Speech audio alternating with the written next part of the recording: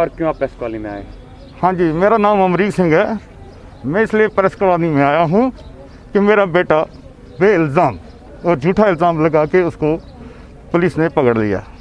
दूसरी बात है, मैं IG, SSP सारे सबसे मैं ये अपील कर रहा हूँ कि इल्ज़ाम है उसको पकड़ा? हाँ, मैं बता रहा हूँ, इस इल्ज़ाम में फंसा रहा है। थोड़ी सी मैं आपको बात बता दूँ कि जो JP है ये हमारे द्वार के साथ द्वार है, उसके साथ हमारे अरशीद भाई हैं जो जिनके फादर इधर हैं, उनकी भी हमारी उसके साथ द्वार है।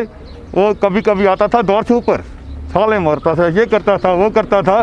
कभी एक बार उनका टायर भी चोरी कर दिया उसके ख़िलाफ़। फिर उसके बाद ये हुआ कि एक बार गुरुद्वारा में हमारे बेटे को बुलाया गया, उसको बुलाया गया। भले बेटे ने एक बार उसको देखा नहीं, चलो उसने चोर चोर कह दिया, मोहल्ले वाले सारे पीछे दौड़े।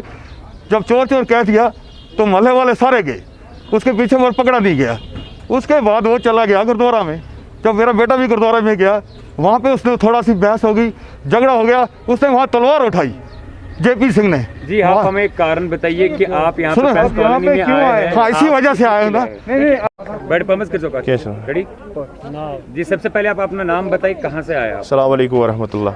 मेरा नाम मोहम्मद रफ़ी मकरू, महजूर नगर पे महल कमेटी कि ये गुजारिश कि लेडीज गई रात DSP भाई नश DSP लेडीज तौर तौर तमो दित असल रेस्पोंड दित बच्चे तम कर पेश।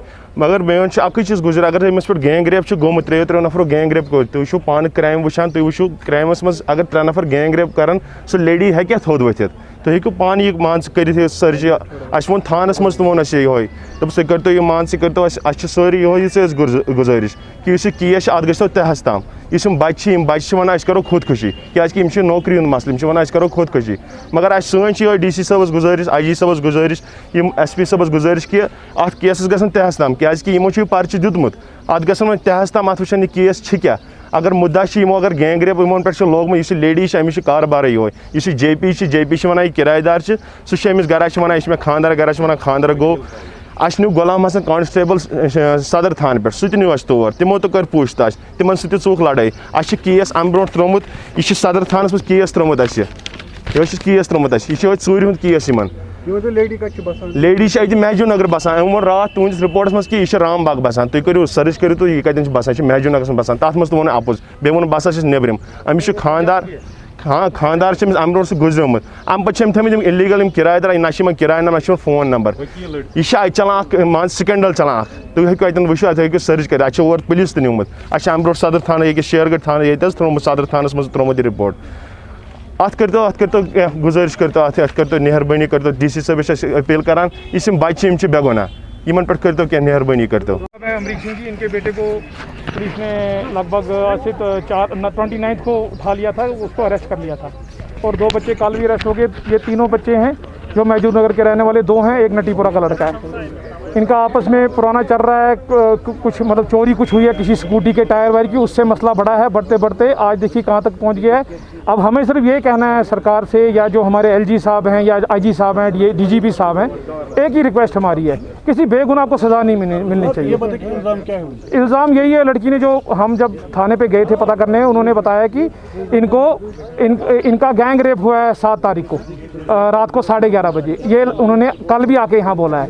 तो ठीक है, अगर उनके इल्ज़ाम है, अब यही है कि अगर उसके बाद वो थानों में गए हैं, उस चोरी के चक्कर में गए हैं, जो इनका JP सिंह जो वो कह रही है मेरा टेनेंट है, अगर उनके साथ भी वो गए हैं कहीं पे, तो उधर की भी CCTV निकाल लीजिए। उधर जाके उन्होंने अफसर को क्यों नहीं बोला कि भाई 9 तारीख को अगर गए हैं, 7 को गैंग, उनको अफसर को बोलते ना SHO को, जी ये लड़के हैं जिन्होंने मेरा शायद ऐसा गलत काम किया है। तो अगर ये चीज़ें हैं पॉसिबल, हम नहीं कहते हैं कि कोई, लेकिन ये बात है बेगुनाह बेचारे को सज़ा नहीं होनी चाहिए। हमारी सिर्फ सरकार से यही रिक्वेस्ट है, पूरी तरीके से इसकी इन्वेस्टिगेशन होनी चाहिए ताकि बेगुनाह को सज़ा ना मिले। भाई वो जो लड़की कल यहाँ आई थी, उनका कहने का मतलब ये था कि उसके साथ नेगोशिएशन भी करने को लोग तैयार है।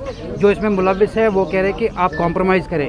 और साथ ही साथ उसने ये भी कहा कि 7 तारीख का ये मसला है, 29 को FIR हुई, लेकिन साथ ही साथ उसको धमकियां भी मिल रही है। ये कहाँ तक सही है? सर ये तो वही बता सकेंगे, अगर उनको धमकियां किसके माध्यम से मिल रही हैं, फ़ोन से मिल रही हैं, किससे मिल रही हैं, वो तो वही बता पाएंगी।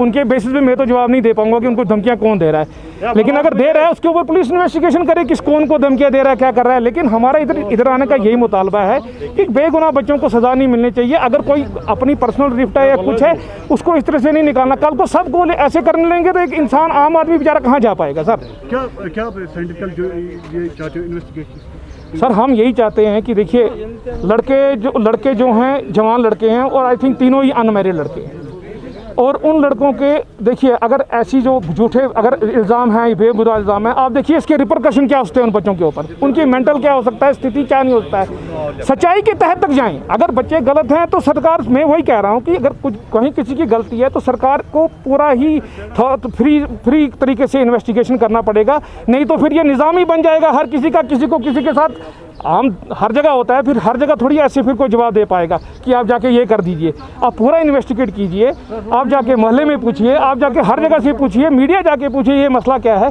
फिर पता जाए एक्चुअली ये मसला वही है जो इनके बेटे इरशाद जी हैं उनके स्कूटी का टायर चोरी हुआ था अप्रैल के दिनों अप्रैल फर्स्ट वीक के तहत उसके बाद से ये मसला बढ़ता ऐसा बढ़ गया कि अल्टीमेटली इसने ये रूप ले लिया अब सच्चाई झूठ वो तो आपकी इन्वेस्टिगेशन बताएगी पुलिस की इन्वेस्टिगेशन